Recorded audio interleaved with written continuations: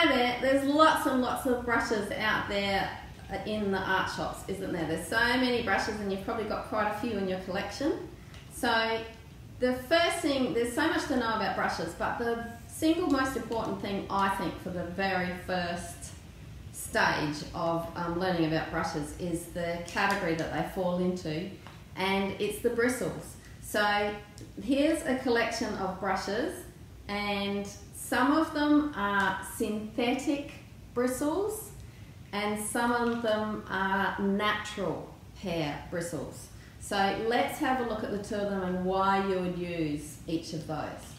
So the first category is probably the kind of original category that most people have come across before. There's the natural hair bristles. So that's all the old masters would always use, natural hair bristles. So there's bristles from pigs, the hog bristle. This is the hog bristle brush. These three are all hog bristle brushes.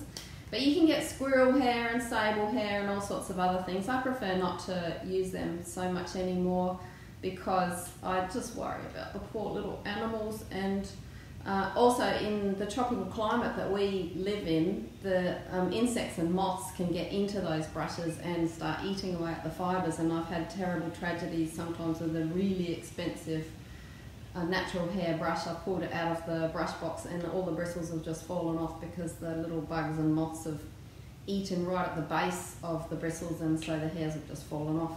So I tend to, if I do have natural hair bristles, I chuck some mothballs into the brush box if I'm not going to use them for a while. But the really common category is the hog bristle brushes that I'm holding here. Hog bristles are really cheap, really affordable brushes, and they're really good to use for both oils and acrylics. So this tip for today is about oil and acrylics brushes. So hog bristle brushes are really tough, and they last a long time, and they are really affordable to buy.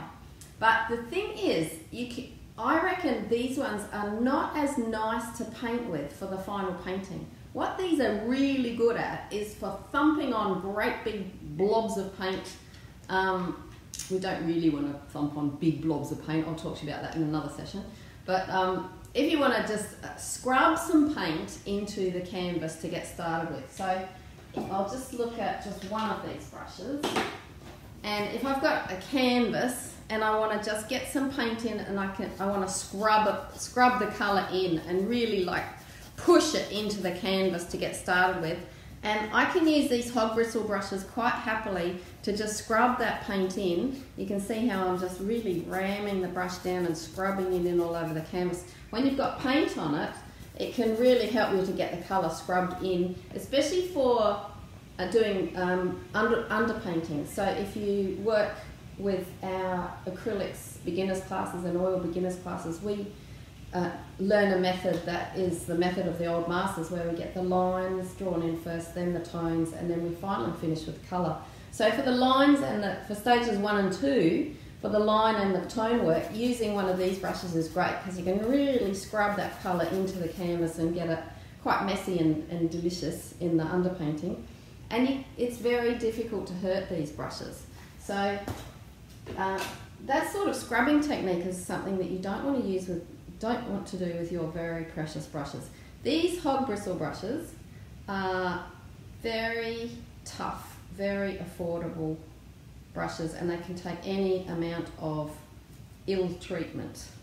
So the only thing you don't want to do with these is leave them sitting in a bucket of turps or a bucket of water, because then the bristles will bend and the water will soak up into the handle and then crack the varnish off the handle, which gets rather messy and ugly. So these are really tough. They're really great for scrubbing in. You can also, when you're cleaning up in your turps dish, if you've got one of those cleaning dishes with the basket at the bottom of it underneath the turps, you can really scrub across the wire and it doesn't hurt this brush. Now, if you switch across to the synthetic brushes, these are beautiful brushes. These are the brushes that I use for stage 3 of painting, where I'm painting the colour onto the canvas. So this tip doesn't apply to a watercolour painting, it applies to oil and acrylic paintings. So for the colour on the last layer of those, I would be using one of these brushes. This is a beautiful synthetic brush. They're often made of a fibre called Taklon, Taklon. Taklon makes a beautiful flat brush. I love this one because it's a lovely flat brush. I call it a blade brush. When I turn it flat, it's a nice wide set of bristles, but then side on I can make a nice icy sword stroke with the side on mark of the brush, so that nice sharp point there. It's a nice razor blade brush to make a sharp icy mark. I like that. There's a smaller version there. They've got beautiful soft bristles. The synthetic bristles these days are so much better than they used to be in the old days. They're really, really good. And this is a filbert brush. I call it like a fingerprint brush because it makes a mark that's a bit like a fingerprint.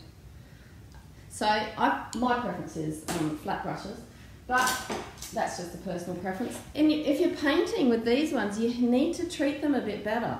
You can't be scrubbing with these brushes because you'll curl the little bristles up and they'll start to look like curling ribbon. So when you're painting with these brushes, you need to be painting gently and painting with them the way they're designed to paint, with this lovely brush stroke, the way that a brush is designed to use. I sometimes use a sword stroke where I slice sideways. Sometimes I use a broad stroke.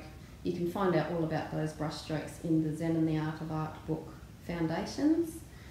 So this Taklon brush, a synthetic brush, they're really lovely to use. There's some really beautiful watercolour synthetic brushes as well that hold tons of liquid like the old squirrel brushes used to do.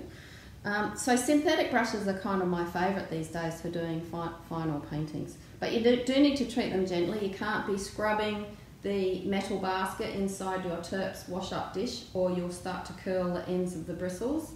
You need to treat them a lot better. So always wash up at the end of the session in the method that I've shown you in another Ninja art tip of doing this gentle way of doing circles in the palm of your hand with soap.